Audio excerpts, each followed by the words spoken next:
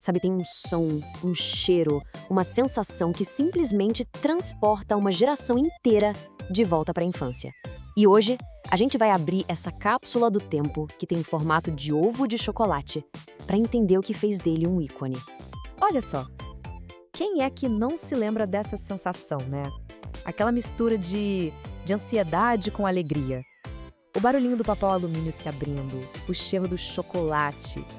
É uma memória que, nossa, te leva de volta para a infância na hora, quase que instantaneamente. Pois é, o Kinder Ovo nunca foi só sobre o chocolate. Era muito mais. Era uma promessa, sabe? A promessa de uma descoberta, de um pequeno tesouro ali dentro esperando para ser revelado. Era, assim, um momento mágico, de verdade. Bom, então vamos mergulhar nisso. Como é que pode, né? Como que um item tão simples, um ovinho de chocolate, acabou virando um pilar na memória afetiva de uma geração inteira aqui no Brasil dos anos 90? A fórmula por trás disso.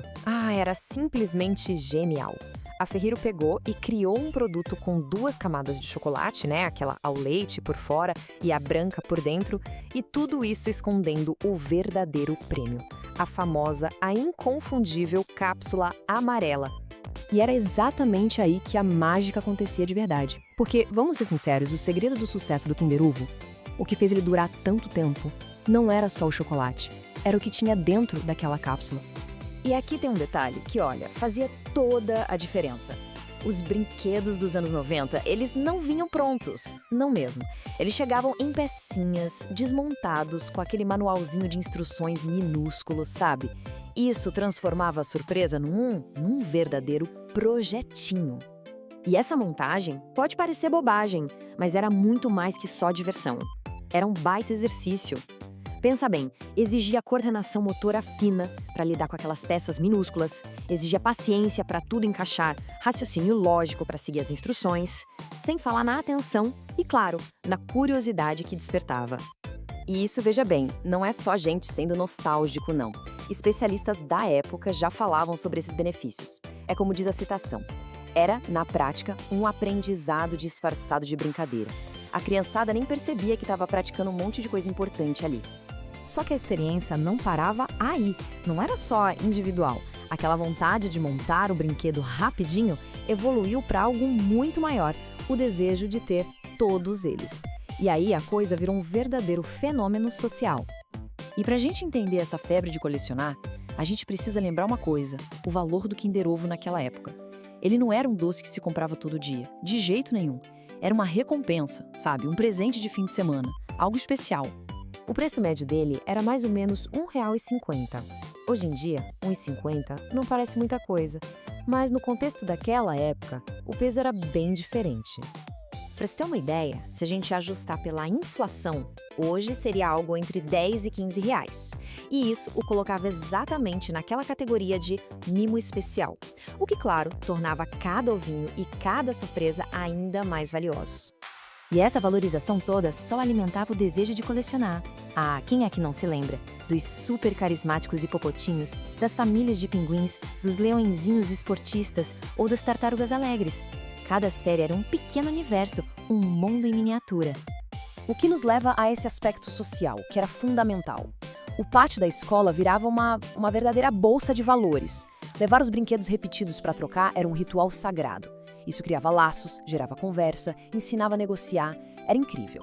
Juntando tudo isso, fica claro que o Kinder Ovo foi muito além da prateleira do supermercado. Ele se misturou com as memórias, com as amizades, com o próprio processo de crescer de milhões de crianças. Então, o sucesso todo pode ser resumido nessa combinação, que era perfeita. Primeiro, o sabor único do chocolate. Depois, a emoção da surpresa. E para fechar com chave de ouro, aquele pequeno desafio de aprendizado na hora de montar o brinquedo. E aqui vale a pena a gente parar e lembrar do contexto da época. Era um mundo antes dos smartphones, sem a distração infinita das telas. Então, a experiência de abrir, cheirar, provar e montar um Kinder Ovo, nossa, era um evento. Um momento de foco total, de uma alegria que se podia tocar, simples, mas muito poderosa. Mas quem viveu essa época, hoje em dia, sente que alguma coisa mudou. A percepção geral é que o Kinder Ovo de hoje, por mais que ainda esteja aí, não tem o mesmo encanto. Mas por que será? Essa transformação não aconteceu do nada, não. Tiveram alguns fatores. Por exemplo, leis de segurança mais rígidas fizeram com que os brinquedos tivessem menos peças pequenas. A globalização acabou padronizando as coleções no mundo todo. E claro, a mudança nos hábitos de consumo, com aquele foco em personagens licenciados, também guiou a evolução do produto. Aqui a gente consegue ver a diferença bem clara. Antes, tínhamos brinquedos de montar que incentivavam coleções super orgânicas. Hoje, as surpresas são mais simples, geralmente focadas em personagens famosos de filmes e desenhos. No fim das contas, a experiência se transformou por completo. No fim das contas, o Kinder Ovo dos anos 90 fica na nossa memória como um símbolo, né? Não só de um brinquedo, mas de uma época inteira. Uma época em que a alegria podia vir de uma simples cápsula amarela e do desafio de montar alguma coisinha com as próprias mãos. E isso tudo deixa a gente com uma reflexão final, né? Será que a magia que a gente sente tanta falta estava mesmo naquelas pecinhas de plástico e no chocolate? Ou será que era um reflexo de um tempo mais simples, um tempo onde a nossa imaginação tinha muito mais espaço para trabalhar?